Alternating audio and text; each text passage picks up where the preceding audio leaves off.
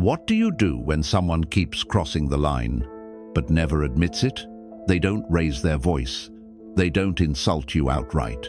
They just chip away with subtle digs, passive-aggressive remarks, quiet dismissals. You leave the room feeling smaller, like maybe you were too sensitive, like maybe you imagined it. That's the trick. It's not overt disrespect. It's strategic, calculated, deniable. They get to play innocent while you fight a war no one else can see.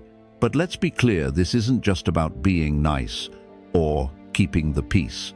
This is about power, the kind they try to take from you and the kind you're going to reclaim. Because today, we're not talking about exploding in anger or clapping back with clever insults. We're talking about something stronger, Stoic power, power that doesn't flinch, power that doesn't beg to be respected because it already respects itself. This video is for anyone who's tired of being disrespected in silence, for anyone who wants to stop playing defense and start standing grounded. By the end of this, you won't just know how to set boundaries, you'll become the boundary. So let's walk through 5 Stoic tactics that show people without shouting, without chaos, that your self-respect is not up for negotiation. Let's begin. Let's start with one of the most quietly brutal tactics in your arsenal, the silent stare. Now, I know what you're thinking. Really? Just stare? Yes. Really. And it works because it disrupts something most people don't even realize they rely on: social rhythm. When someone disrespects you, interrupts, makes a snide comment, tries to dominate the room, what they're expecting is a reaction. Confusion, frustration, maybe even a flustered retort. Why? Because that's how they win. They thrive on pulling you out of your center and into their drama. But when you meet their disrespect with calm, focused silence, when you simply look at them without blinking, without smiling, without a single word, you trigger something they're not ready for. Let's break this down for a second. From a psychological standpoint, mirror neurons in our brains are wired to reflect social cues. When someone talks, we're conditioned to respond, to fill silence, to smooth awkwardness, to play along. But when you offer no cue, no validation, no emotional reaction, you break that pattern. This creates cognitive dissonance. Their brain senses something's wrong, something's not syncing. And that mismatch between their action and your silence, it unsettles them. Here's what that looks like in real life. I once sat in a team meeting where this guy kept cutting me off. Loud, dominant, thought he was the smartest guy in the room. At first, I tried to speak up politely. He talked over me. Then I tried to assert myself. He bulldozed right past it. So I stopped. I leaned back, crossed my arms, and just stared at him. 5 seconds. Not a blink, not a smile, not a sound. At first, he kept talking louder, trying to carry the room. But then he noticed, and you could feel it. The energy shifted. His words stumbled. His tone changed. And for the rest of that meeting, he didn't interrupt me once. The silent stare didn't just stop his behavior. It reset the power dynamic. It told him, I'm not here to entertain your ego. Now, some might call this passive-aggressive, but make no mistake, there's nothing passive about this. It's surgical. It's the exact opposite of emotional reactivity. And it doesn't just affect them, it transforms you. Because every time you choose stillness over reaction, you remind yourself, I am not here to prove myself to people who don't respect me. You're not playing their game. You're not dancing to their tune. You're showing without words that you've already won by not lowering your energy to match theirs. Let them sit in their own discomfort. Let them face the awkwardness they created. Let them wonder what you're thinking, and walk away with your power intact. If someone does wrong, the harm is theirs, not yours. Marcus Aurelius. Here's a secret weapon most people overlook: silence. When someone disrespects you, throws shade, makes a dig, or tries to provoke a reaction, the most powerful response can be no response at all.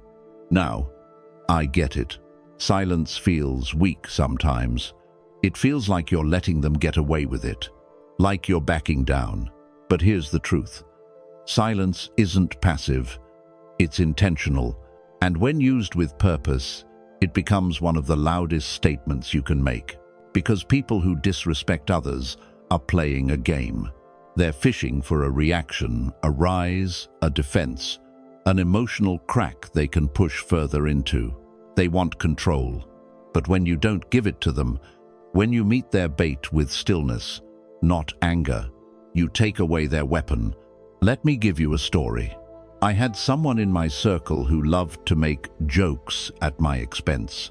The kind that start with "just messing with you," but end with you questioning yourself. One day he said something about my work clearly, just to get a rise. I didn't flinch. I didn't defend. I just looked at him, raised an eyebrow, and let the silence stretch. And in that pause, he panicked. He looked around, looked down, changed the subject, and never did it again. Why? Because silence starves disrespect of the attention it feeds on. But here's the thing, not all silence is the same. Let me break it down for you. Uno. Disengaged silence. This is the kind that comes from burnout. You're checked out. You're too tired to respond, but deep down, it still bothers you. It's silence that feels heavy, defeated, numb. R. Defensive silence. This one's rooted in fear. You're afraid if you speak up, you'll make it worse. So you pull back. It looks calm on the outside, but inside, you're hurt and hiding. 3. Stoic silence. Now this is the one you want. It's not about fear or fatigue. It's about rooted control. You're silent because you choose to be. Because not everyone deserves your words. Because your peace is more valuable than any temporary comeback. This is the silence of power. It says, I see what you're doing, and I'm not engaging. The next time someone tries to get under your skin, pause, breathe, and ask yourself, which silence am I choosing right now? Because when your silence is calm, intentional, and anchored in self-respect, you're not avoiding the moment. You're owning it. Let them wonder what you're thinking. Let them sit in the discomfort they created. You're not avoiding confrontation, you're outgrowing it.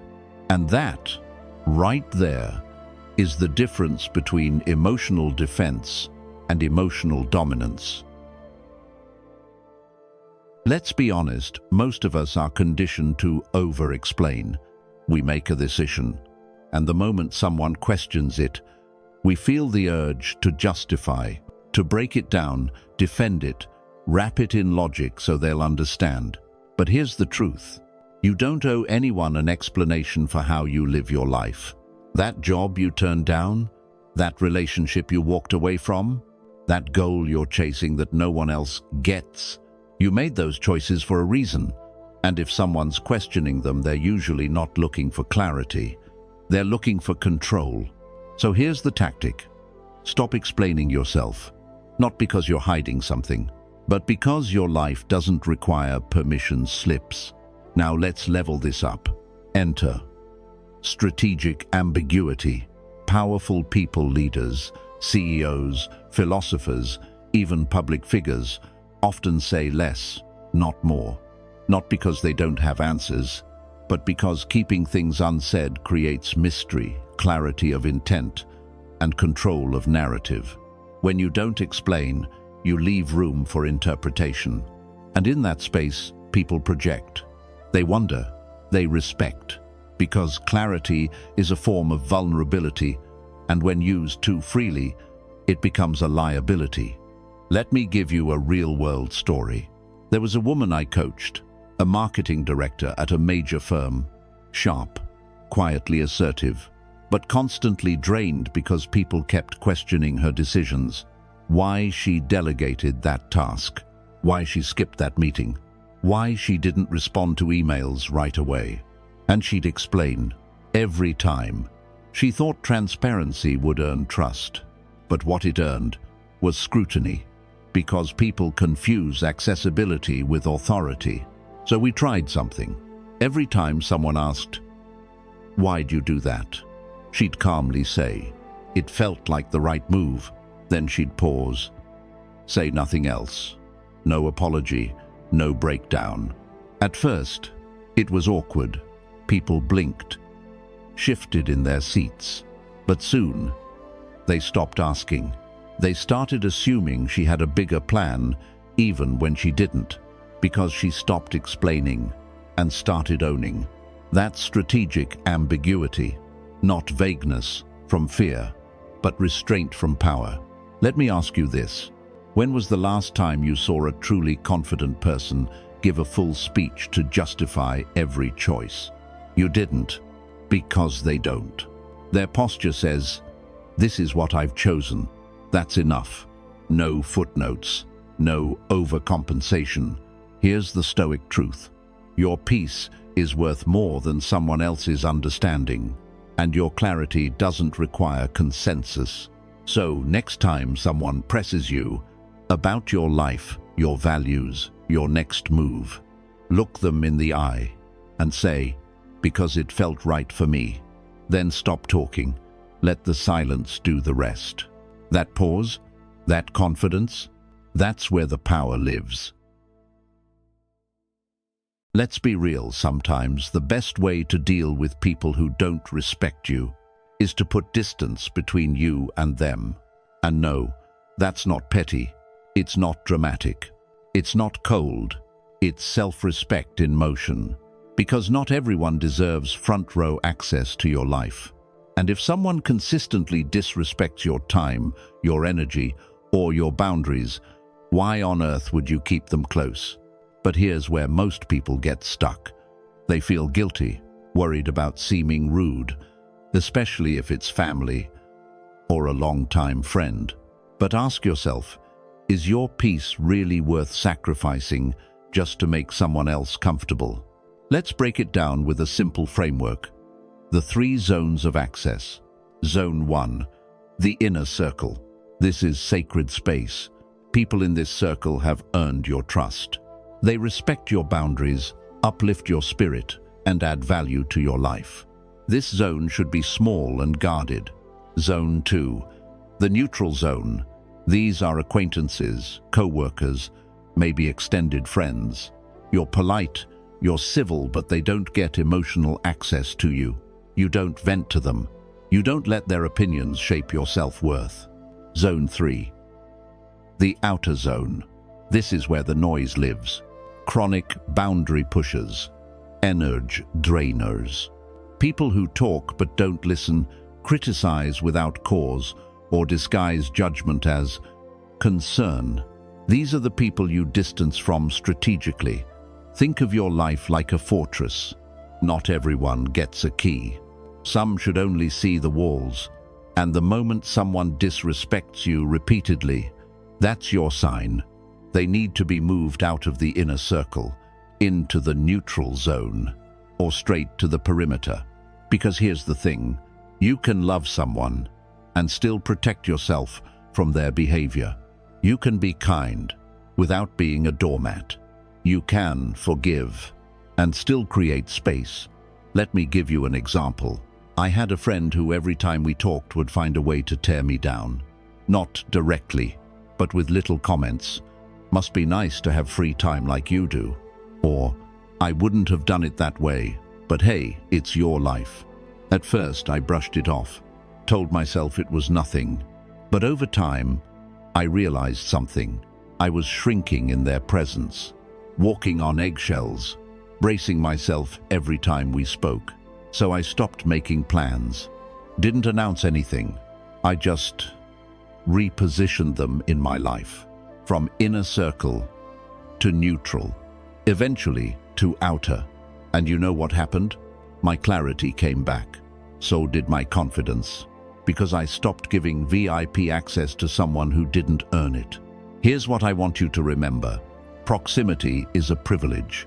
Respect is the requirement. You don't owe everyone closeness. And you're not obligated to keep people in your life who make you feel small. Create space not to punish, but to protect.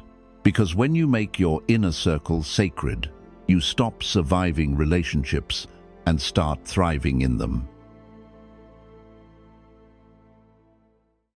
Let's talk about a power move that doesn't require a single word.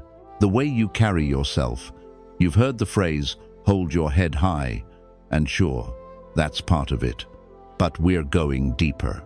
We're talking about embodying quiet power, the kind of presence that makes people take notice before you even speak.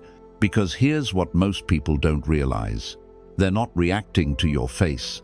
They're reacting to your energy.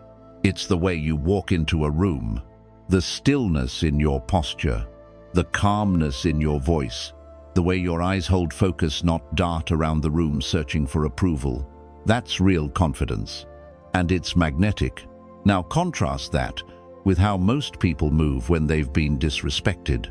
Slouched shoulders, avoiding eye contact, fidgeting hands, nervous laughter. That's not just body language, it's emotional leakage. And people who thrive on control, who seek to dominate, they sense it. They read your posture like a map and zero in on every insecurity you reveal. But when you walk like a stoic monarch, calm, upright, intentional, you send a different message. I don't need your validation. I'm already grounded. This doesn't mean being arrogant. It means being centered. Try this the next time you're in a tense situation. Straighten your back. Relax your jaw. Keep your eyes still and steady. Slow your breathing. Lower your voice by half a tone. You don't need to raise your volume to be heard. You don't need to justify your presence. Just exist with calm certainty and watch how the room recalibrates around you. Let me tell you, I've seen people with zero credentials command entire rooms just by the way they stood. And I've seen highly educated, brilliant minds lose all authority the moment they started explaining, over-talking, or shrinking into their chair. Because presence isn't about power over others. It's about power over self. And that kind of inner control, that's what truly intimidates those who rely on manipulation. So here's your stoic challenge. Walk into every space like you belong there, even if no one says it out loud. Let your silence carry weight. Let your calm be the loudest thing in the room. And remember, the way you carry yourself teaches people how to treat you. Not just once, not just when you're confident, but every single day. It's not about forcing respect. It's about embodying it so deeply that disrespect bounces off of you like it never had a chance to stick. That's what it means to walk like a stoic monarch. At the end of the day, this isn't about winning against anyone. It's not about being tougher, louder, or more dominant. It's about mastery. Mastery over your emotional responses. Mastery over your energy. Mastery over how much power you give away and to whom. Because when someone disrespects you, the real battle isn't out there. It's in here, in the pause between what they do and what you choose to do next. Every tactic you've learned, the silent stare, the weaponized pause, the refusal to explain, the conscious distancing, and the grounded posture, they're not tools of war. They're tools of discipline. Boundaries aren't about punishment. They're about training. Training yourself to value your peace more than their approval. To choose dignity over reaction. To stop explaining your worth and start embodying it. Because the Stoics taught us this simple truth. Control what you can. Let go of the rest. And never let disrespect define your emotional state. Your self-respect is not a debate. It's a standard. It's not up for negotiation, and it never should be. So the next time someone crosses the line, don't explode, don't explain. Just remember who you are and act like it. That's Stoic power, and it's yours to own every single day. If you've ever walked away from a toxic exchange without a word, if you've ever held eye contact instead of explaining yourself, if you've ever chosen silence and felt stronger because of it, you've already tasted what Stoic power feels like. Now, I'd love to hear from you. Drop a comment below and share your story. What's one moment where silence was your strongest move? Or tell me, which of these 5 tactics resonated with you the most? This channel is about building something deeper than confidence. It's about building unshakable discipline, the kind that doesn't shout, doesn't chase, and never crumbles under pressure. So if that's the kind of strength you're building too, hit that subscribe button. We've got more to cover, more power to uncover, and more quiet revolutions to lead from the inside out. Until next time, stand tall, speak less, and carry your peace like armor. Because respect doesn't come from demanding it. It comes from embodying it. Stay grounded, and I'll see you in the next one.